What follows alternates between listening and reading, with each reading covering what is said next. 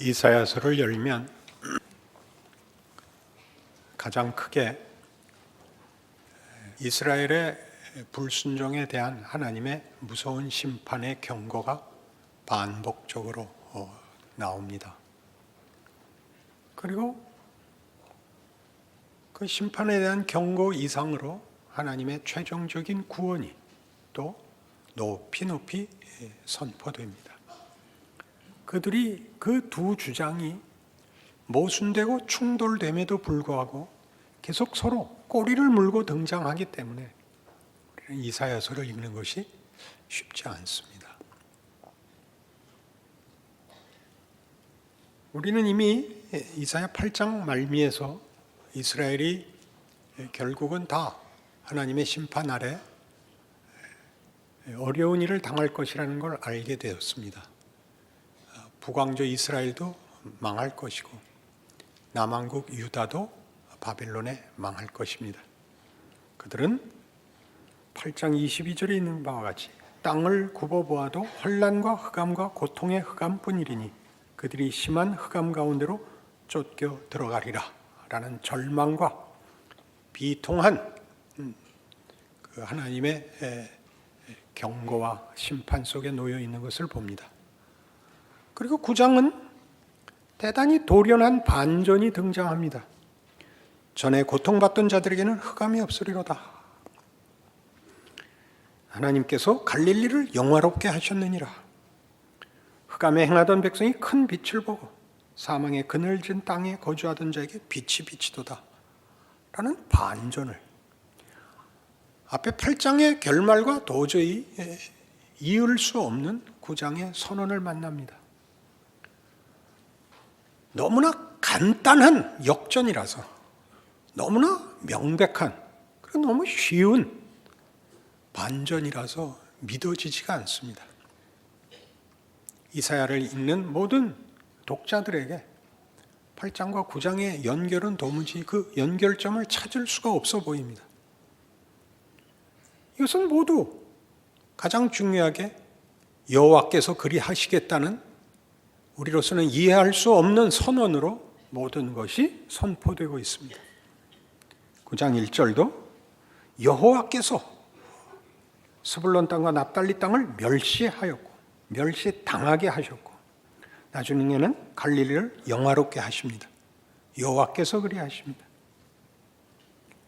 3절에 보는 바와 같이 주께서 이 나라를 창성하게 하사 즐거움을 기쁨을 회복하실 것입니다. 그들이 무겁게 맨 멍에와 그들의 어깨에 채찍과 그 압제자의 막대기를 주께서 꺾으실 것입니다. 단 하나의 설명은 하나님께서 그리하실 것이다 라는 것으로 다른 모든 이해를 혹은 설명을 혹은 무슨 도전을 다 물리치십니다. 그것이 어떻게 가능하냐?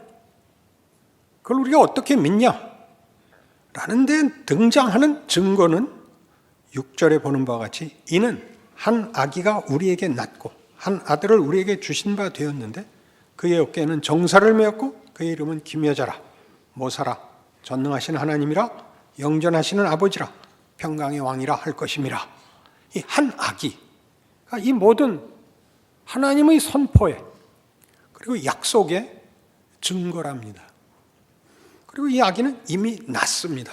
이 아기가 태어났기 때문에 이 모든 하나님의 선포들, 회복, 구원, 승리, 역전은 기정사실과 다름없다라고 선포되고 있습니다.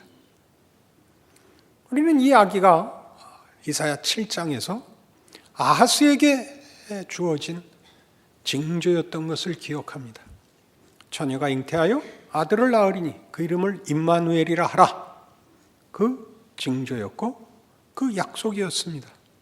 그때는 낳을 아기였고 지금은 태어난 아기입니다. 약간의 시간이 흘렀겠죠? 우리는 이 아기가 나중에 신약에 와서 처녀가 잉태하여 아들을 낳는 예수 그리스도로 성취되고 구체화되고 역사 속에 하나님의 증거와 신실하심과 약속의 진실됨으로써 실체가 되고 역사가 되는 것을 봅니다. 그러나 지금은 우리 예수 믿는 사람들이 너무 쉽게 얘기하는 예수를 믿는다, 예수 안에 다 성취되어 있다 하는 말들이 그것이 예언되고 그 약속이 허락되었던 역사적 배경에서는 어떤 의미를 가졌고 그때는 어떻게 이해되었고 어떻게 적용되었느냐를 너무 쉽게 넘어가서 아까 얘기한 것 같이 9장 1절이 너무 간단히 8장의 심판과 고통을 반전시킨 것 같이 예수를 믿는다, 처녀가 아기를 낳았다 하는 것으로 너무 쉽게 결론에 도달하곤 합니다.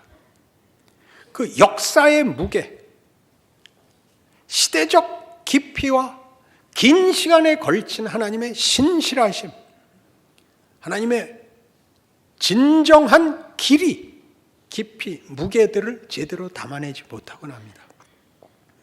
무슨 문제가 있느냐? 역사, 한 개인의 인생이 가지는 무게를 임마누엘이라는 약속 속에서 하나님이 어떻게 우리 모두에게 약속하시고 그 일을 실제로 행하고 계시는지를 우리는 너무 쉬운 결론 때문에, 분명한 결론이지만 그 결론에 가는 과정에서의 역사적 길이와 깊이를 다 채우지 못하는 바람에 우리 인생을 이해하는데 그 무게를 제대로 갖추지 못하고 나는 것 같습니다. 우리는 이 임마누엘이 신약에서 예수 그리스도로 실체화되고 구체적 역사가 되고 사건이 되고 기적이 되는 것 전에 이사야에서 등장한 이 예언은, 이 약속은 일단 그 아이가 누구냐가 아니라 그것이 기간이었다는 것을 확인했습니다. 기억나시죠? 아하스가 에브라임과 아람의 동맹군 앞에 국군이 걸린 위기 속에서 살 길을 찾아 모색할 때 하나님이 찾아와 주신 징조입니다. 무슨 징조? 미래와 운명을 하나님이 쥐고 있다, 걱정 마라에 대한 징조였습니다. 그 징조는 처녀가 잉태하여 아들을 낳고 그 아들이 12살이 되기 전에 너희가 지금 겁내고 있는 에브라임, 포광조와 아람이 망할 것이다. 그때 징조는 처녀가 낳는 애가 문제가 아니라 시간이었습니다. 아직 시집 가지 않은 처녀가 시집을 가서 낳은 애가 12살이 되기 전에, 그래서 역사적인 기록을 곰곰이 따져보면 이 에브라임과 아람 동맹군의 공격이 기원전 734년입니다. 그리고 북왕조 이스라엘은 722년에 망합니다. 그러니까 그때 애를 낳으면 12년쯤 흘러서 북왕조가 망하는 것이죠. 12년, 아무리 길어봤자 20년이 되기 전에 북왕조가 망한다. 그때 하나님이 시간을 가지고 계시며 미래를 쥐고 있는 분이라는 걸 너희가 알게 될 것이다 를 위하여 처녀 잉태가 소개되고 있습니다. 그것이 처녀가 애를 낳는다는 문제로 더 깊어지고 역사의 시작과 과정과 결과가 하나님 손에서 어떻게 창조자가 창조된 여인의 후손의 자리로 들어오고 그가 시작이며 결과가 되고 처음이며 나중이 되는가 하는 얘기를 우리가 앞에서 살펴봤습니다. 그러나 이사야에서는 이렇게까지 가는 이 무게를 예수님 오실 때까지는 다 파헤치지 못하고 대신에 당시의 시대 상황, 시간, 미래에 대한 약속, 누가 결정권자인가, 누가 주인인가에 대한 이해의 역사적 배경을 가지고 무게를 실어주고 있습니다. 그 아이가 태어났죠. 그 아이가 태어났으므로 이제 하나님의 이 모든 약속들, 흑암에 앉은 백성들이 빛을 보고 고통당하던 어깨에 채찍에 대신 하나님의 권세가 주어지는 일이 허락될 것입니다. 이 아이에게 허락될 것입니다. 그러나 이 아이는 아직 신약에서 우리가 확인한 예수로 구체화된 그 임마누엘로 이 시대에 이해할 수는 없습니다. 우리는 이해하고 있지만 그 이해 때문에 당시의 이해, 당시의 적용에 대해서 우리가 오히려 너무 성급히 비약을 하고 건너뛴다는 것입니다. 무슨 근거로 이런 의문을 제기할 수 있느냐? 여기서는 이 아기에 대해서는 관심이 없습니다. 이 중요한 증거가 되며 확인이 되는 이 징조인 아기가 누구인지는 관심이 없고, 이 아기는 보시다시피 시간에 대한, 미래에 대한, 운명에 대한 주인과 그 일하심에 대한 것으로밖에는 여기서는 이해되지 않고 있습니다. 처녀가 아이를 낳아 12살이 되기 전에 를 위하여 임마누엘이 등장하고, 그 아이가 이미 태어난 것으로 다시 그 약속이 분명할 것으로 인용되고 있을 뿐, 신약에서 보는 예수, 우리가 아는 메시아로서는 여기서는 아직 드러나지 않습니다. 그러나 그 아직 드러나지 않은 것 덕분에 이때 주어졌던 이 아기에 대한 당시의 무게, 당시의 이해, 당시의 적용은 이제 생생하게 살아납니다. 왜 아기일까요? 같은 이사야 8장 16절을 보시면 그 힌트가 주어집니다. 너는 증거의 말씀을 싸매며 율법을 내 제자들 가운데서 봉함하라. 이제 야곱의 집에 대하여 얼굴을 가리시는 여호와를 나는 기다리며 그를 바라보리라. 보라, 나와 및 여호와께서 내게 주신 자녀들이 이스라엘 중에 징조와 예표가 되었나니 이는 시온산에 계신 만군의 여호와께로 말미암은 것이니라. 이사야가 자신의 예언을 봉함하라고 합니다. 타임캡슐을 만드는 거죠. 나중에 된 결과를 보고 조작을 한 것이 아니라는 걸, 지금은 알 수 없는 미래, 지금으로서는 기대할 수 없는 미래를 하나님의 약속으로 지금 봉함해서 그때 결과가 된 다음에 열어보자. 하나님이 주인이고 하나님의 약속이 실제로 이루어졌다는 걸 그때 가서 확인하자.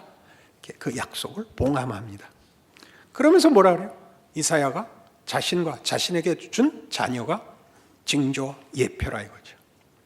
이 하나님의 주권과 결정권과 그리고 성실하심에 대한 징조라는 거죠. 무슨 징조? 우린 이사야에서 이미 이걸 확인했었습니다. 누가 우리를 위하여 갈고? 이사야가 나섰죠. 제가 가겠습니다. 너 가라. 가서 이들의 눈을 감겨라. 이들의 귀를 막아라. 저들이 깨달을까 봐 내가 겁이 난다. 거기에 보냄을 받습니다. 회개하라고 깨달으라고 보내지지 않습니다. 오히려 깨달을까 봐 그나마 남은 가능성마저 막아라로 보내집니다. 그러나 이사야의 이름은 여호와는 구원이시다 라는 뜻입니다. 이 모순을, 이 역설을 읽어내지 못하면 성경을 읽어낼 방법이 없습니다. 그니 하나님의 일하심이 이제 다가오는 심판을 말하고 있습니다.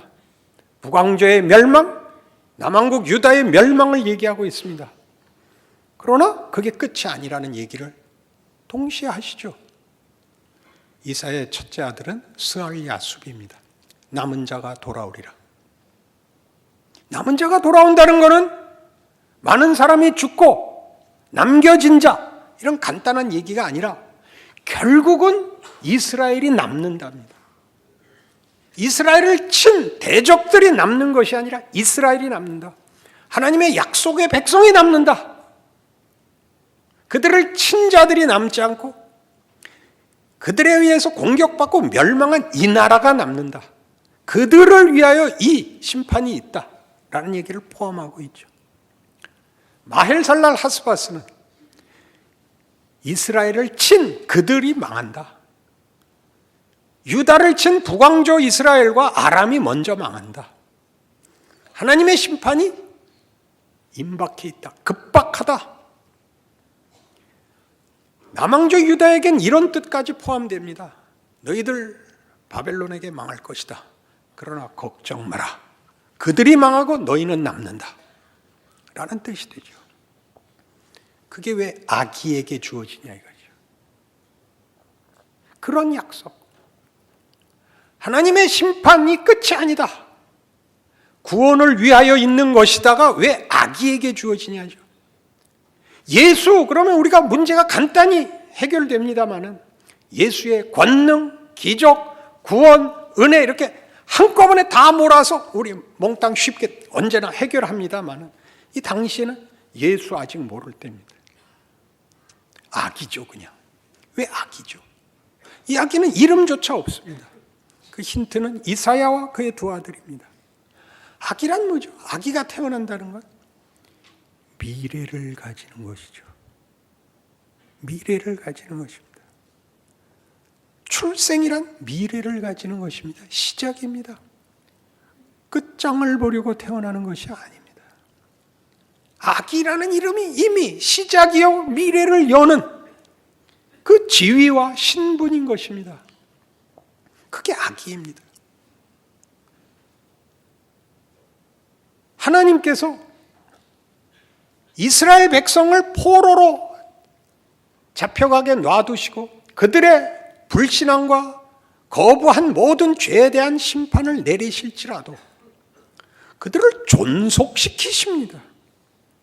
그러니까 모든 인류가, 모든 인생이 애를 가질 때마다, 애가 태어날 때마다 세상의 죄와 사망과 하나님을 반대하는 것이 이기지 않고 하나님이 이긴다! 라고 기억하라는 것이 한 아기인 것입니다.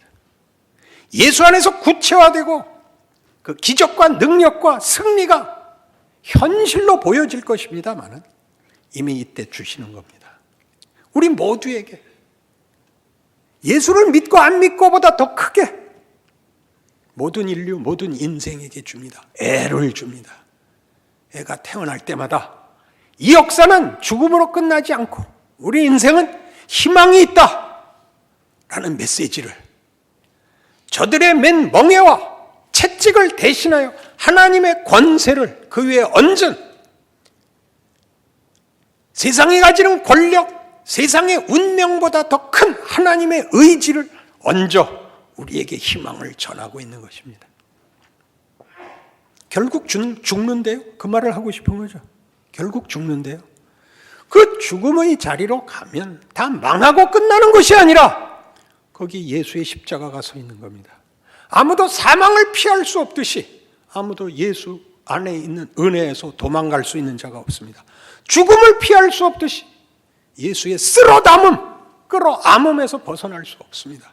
거기 부활을 세우십니다. 무엇이 겁이 나겠습니까?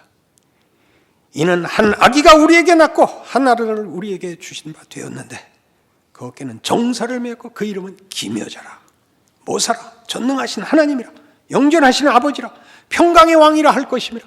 이 모든 것이 거기에 묻어 있습니다. 하나님의 주권, 위대함, 기적, 반전, 진정성, 두려우심, 권능, 구원, 은혜, 용서, 거기 다 묻어 있는 겁니다. 모든 가정에, 여러분의 나이, 여러분의 경우, 여러분의 현실 속에 그렇게 한 아기로 태어나서 여러분이 온 이 자리까지, 죽음이 눈앞에 있는 자리까지, 죽는 자리까지 다 뭐라고요? 그의 어깨는 정사를 메었고 그 이름은 기묘, 모사, 전능하신 하나님, 영전하신 아버지, 평강의 왕 이라는 이름, 약속, 성실하심과 권능이 거기에 다 허락되어 있습니다. 로마서 8장으로 가시죠. 로마서 8장 28절. 우리가 알거니와 하나님을 사랑하는 자, 곧 그의 뜻대로 부르심을 입은 자들에게는 모든 것이 합력하여 선을 이루느니라. 하나님이 미리 하신 자들을 또한 그 아들의 형상을 본받게 하기 위하여 미리 정하셨으니 이는 그런 많은 형제 중에서 맏아들이 되게 하려 함이니라. 또 미리 정하신 그들을 또한 부르시고 부르신 그들을 또한 의롭다 하시고 의롭다 하신 그들을 또한 영화롭게 하셨느니라.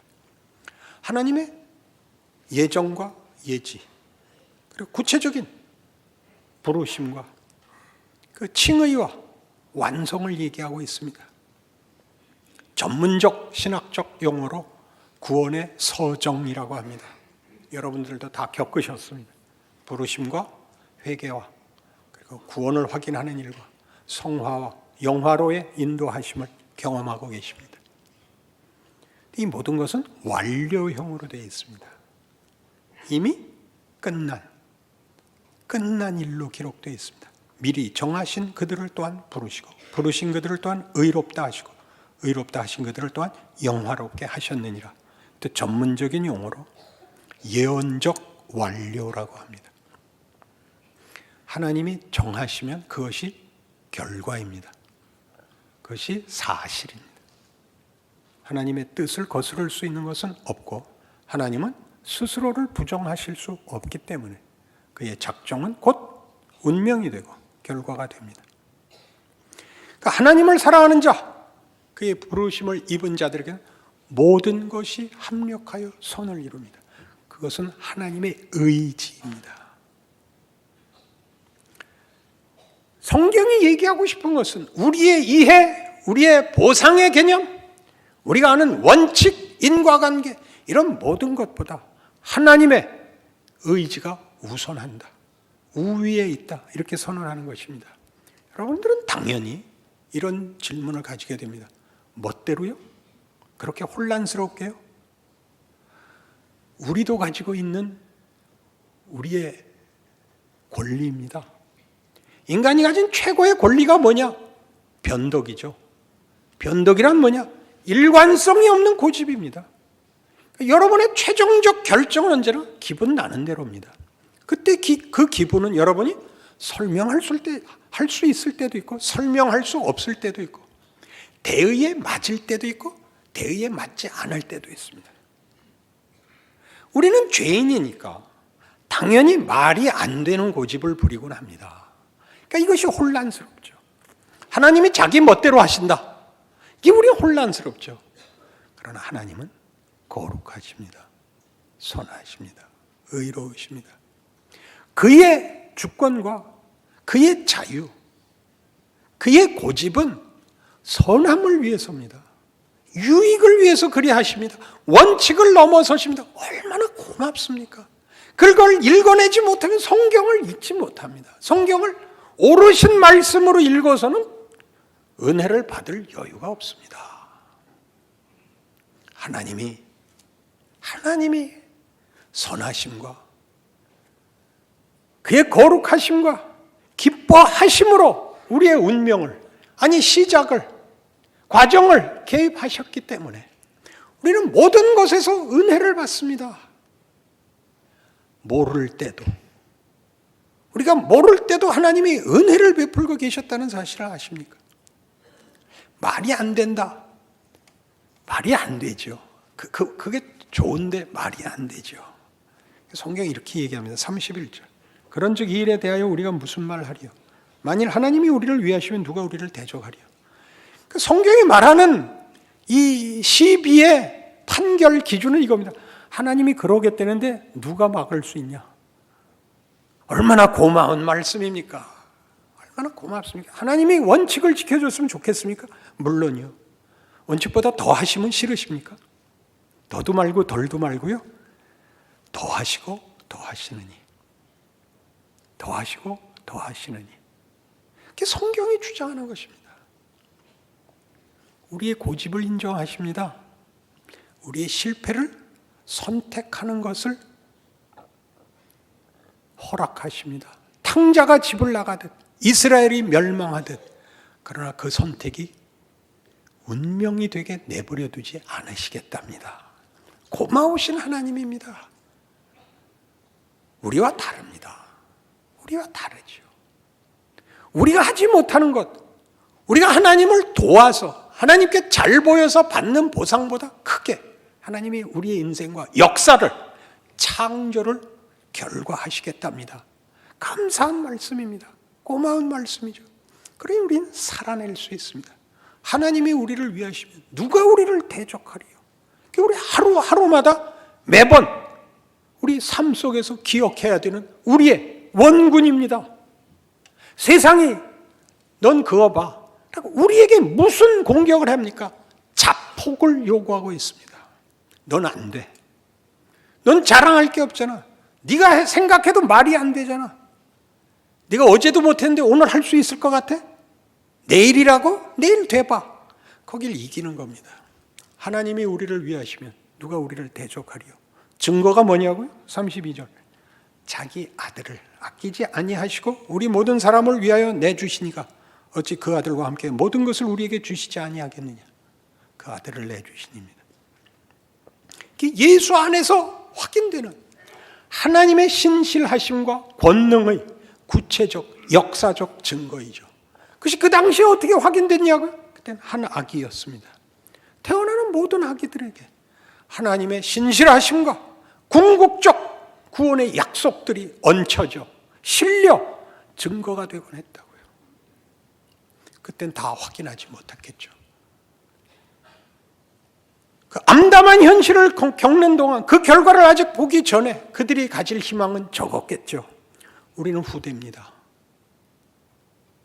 이 약속과 결과를 본 자들이고 그 결과를 이루시는 하나님의 능력을 구체적인 역사를 예수 안에서 본 자들입니다. 복된 자리에 있는 것이죠. 그러니 여러분의 인생에 대하여 여러분이 겁을 낼 것은 없습니다. 여러분이 잘못하면 어떻게 되냐고요? 혼이 좀 나셔야죠. 잘하면 어떻게 되냐고요? 명예롭습니다. 하나님의 기뻐하심을 입는 것은 대단한 명예입니다. 대단한 즐거움입니다. 여러분, 세상에서 가지는 자랑과 비교할 수 없습니다. 하나님의 기뻐하심을 갖는다는 것은 그것이 매일 여러분들에게 펼쳐져 있습니다. 여러분 생애 내내 있습니다. 한 달에 한 번만이라도 해보십시오. 그 한 번으로 3년을 먹을 수 있습니다. 여러분들이 아니라고 믿었던 어느 경우에도 하나님은 성실하십니다. 매년 나이를 먹듯이 매일 하루를 살아가고 저녁을 맞고 아침을 맞이하듯이 하나님의 성실과 공의와 약속과 그의 의지가 여러분을 붙잡고 있습니다. 그걸 확인하셔서 여러분의 삶을 귀하게 승리하시고 견디시고 이기십시오. 명예를 알고 누리십시오. 기도하십시다. 하나님 아버지 은혜를 감사합니다. 우리의 삶에 하나님이 함께 하시는 증거는 너무나 많고 분명합니다. 우리는 매일 생명을 연장하며 하나님이 주시는 하루하루를 맞고 있습니다. 어제 졌다고 해서 오늘도 질 필요는 없습니다. 오늘 졌다고 해서 내일을 포기할 필요도 없습니다. 하나님의 구원과 하나님의 약속의 신실성을 예수 안에서 보았으며 누리고 있습니다. 예수를 알고 믿습니다. 그러니 우리의 인생도 믿음으로 이겨내고 자랑하고 기뻐하고 그리고 무엇보다 하나님의 영광을 아는 그 기적이 우리와 우리를 지켜보는 이웃들 앞에 넘쳐나는 우리의 생애가 되게 하옵소서. 예수님 이름으로 기도합니다.